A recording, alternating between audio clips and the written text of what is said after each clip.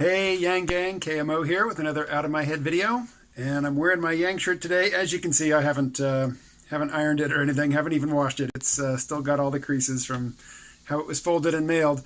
But I'm going to shoot video tonight at a village trustees meeting. I live in an actual village here in Vermont, and every Tuesday night I shoot video, I should say, at a meeting. Either village trustees or the town of Rockingham select board. Tonight is a trustees meeting. I'm going to wear my Andrew Yang shirt. Now, being the guy behind the camera, it kind of makes me invisible, so often nobody speaks to me or even acknowledges my presence. But if anybody does ask about Andrew Yang, why I'm wearing this shirt, I've got to be thinking about what to say. Now, have a look at what's on screen here. These are the videos that I have done recently. And as you can see, some of the videos got a lot more views than others, and of the ones that got more views, a lot of them have titles that indicate that I'm against Andrew Yang. I have donated money to his campaign. I'm wearing his shirt. I want him to win the primary. I want him to win the general election. I want him to be in a position to enact these policies. But that doesn't mean that I agree with everything he says, and sometimes I will put up a video where I interrogate some of his positions, and whenever I do that, I get pushback from Yang Gang members who leap to sarcasm. Sarcasm is poison. Sarcasm is not persuasive at all. It is poison. It's like a -5 to your charisma, your intelligence, and your wisdom. It is a handicap. Don't give in to the temptation to be sarcastic with people who seem to disagree with you. And again, I'm somebody who not only supports Andrew Yang, in terms of, yeah, I support that guy, but somebody who sends money to the campaign. And I'm not a rich guy. I'm definitely not a rich guy. I'm not in a position to be giving money to people like Andrew Yang who have a lot of money. I wouldn't give it to him, just so he could go out to dinner, but to run for president, yes, I'm willing to make the sacrifice. But even somebody like me, if I say anything that isn't total agreement with Yang's platform, I get sarcasm, I get angry accusations, and this is the worst. Somebody asks a question, well, what do you believe? And then they go in and they fill in what they imagine I believe. Not even what they think I believe, certainly not what they should think I believe based on what I've said, but just, they have a stereotypical image in their head of somebody who doesn't like Andrew Yang, and they just, it's an ugly, ugly image, and they just ascribe that image to me. Now, again, I can take it. I'm not going to stop supporting Andrew Yang because some Yang supporters, have been nasty to me. But there are people out there who have not even heard of Andrew Yang.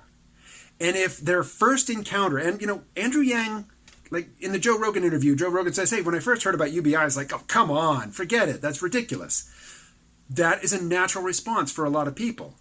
If somebody who has never heard of Andrew Yang is told that he supports universal basic income, that he wants to give everybody $1,000 a month, it is quite normal and expected for somebody to reject that the first time they hear it. If they associate hearing about universal basic income or the freedom dividend with some nasty person who was sarcastic with them, that's not helping Andrew Yang. That is definitely not helping Andrew Yang, his campaign, or the causes that we all support. So, it is better. Here's a phrase I love. It's a quote, but I don't remember who the author is. But it is more important to understand than to be understood. It is more important to understand than to be understood. It is more important that you get to know the priorities of the person that you're talking to, what positions they take, than it is for you to get them to understand what you believe. If you make a genuine effort to actually get to know somebody, to understand why they advocate the things that they do, you're going to discover one of two things. Either you share some value with them, in which case being nasty and sarcastic with them is the worst way to go, or you share absolutely no values in common. That's unlikely, but if it happens, really the best thing you can do is just not engage with that person. But suppose there's a person that you really think you could reach eventually. You know you must have some underlying common values. The last thing you want to do is be nasty or sarcastic with them. It is much better if they raise some challenge, if they tell you why they could never support Andrew Yang. Suppose it's a lie. Suppose it's not true. Don't accuse them of spreading lies. They might not know it's a lie. They might be, in good conscience, repeating something that they heard, something that they remembered because it sounded plausible to them. It meshed well with their existing worldview. And so they adopted that belief, and they've propagated it. They've spread it. They've said it to you. You know it's not true, but don't call them a liar. One, they might not be lying. Two, that doesn't do you or Andrew Yang or our country any good.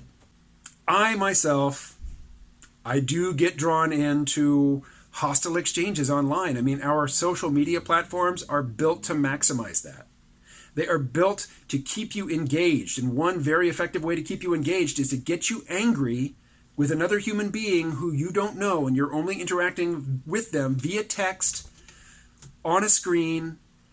All of the social inhibitions which would keep you from being a real asshole to somebody face-to-face are gone online. And the temptation, I mean, it feels so good to get righteously indignant with somebody and call them names. Don't do it. Don't do it. It is of no use to Andrew Yang, his candidacy, or the vision that we all hold for what we could do in this country if people weren't so desperate. If people didn't feel so beleaguered, so besieged, by financial obligation. If people could pay their bills, they would be more relaxed, they would be happier. And as Andrew Yang points out, when you feel secure, when you feel as though you enjoy some measure of abundance, you get smarter. Let people get smarter.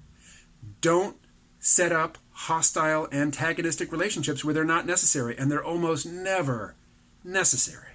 Suppose you're in a conversation with somebody, and they raise some objection, and you don't have an instant answer to that. That's okay.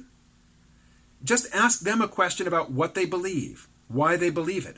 Ask them when they started to believe it. Ask them if there's an experience in their personal history which led them to adopt this particular belief.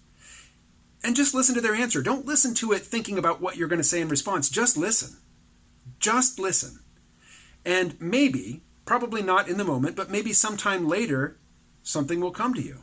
You will realize, oh, I share this value with this person, and this allows me some entry into conversation, a persuasive conversation with them. It doesn't have to be in the moment, so long as you don't poison the water with some nasty reaction in that moment. So the next time you encounter them, you're picking up where the fight left off last time. If you don't answer their objection, but you don't part company on bad terms, it's not a loss. It's just a pause. It's a hiatus in the conversation.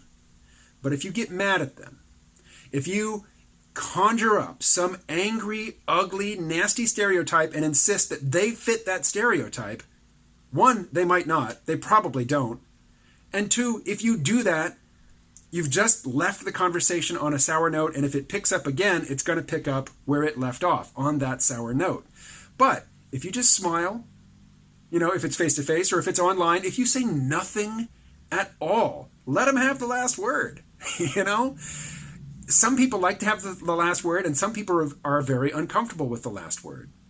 And if they said something nasty, and you just, let the conversation lapse at that point, they might want to continue the conversation, and they might come to the realization that the only way to do that is to approach you in a spirit of conviviality, a spirit of openness. They might not. Can't guarantee it's going to work every time. But if you say something nasty, it's of no use. Do no harm. If nothing else, don't make things worse. And being nasty with somebody you don't know and accusing them of crimes that you imagine they may have committed, but you have no proof, that's harmful. Okay. I will leave it there. I'll talk to you again tomorrow. Stay well.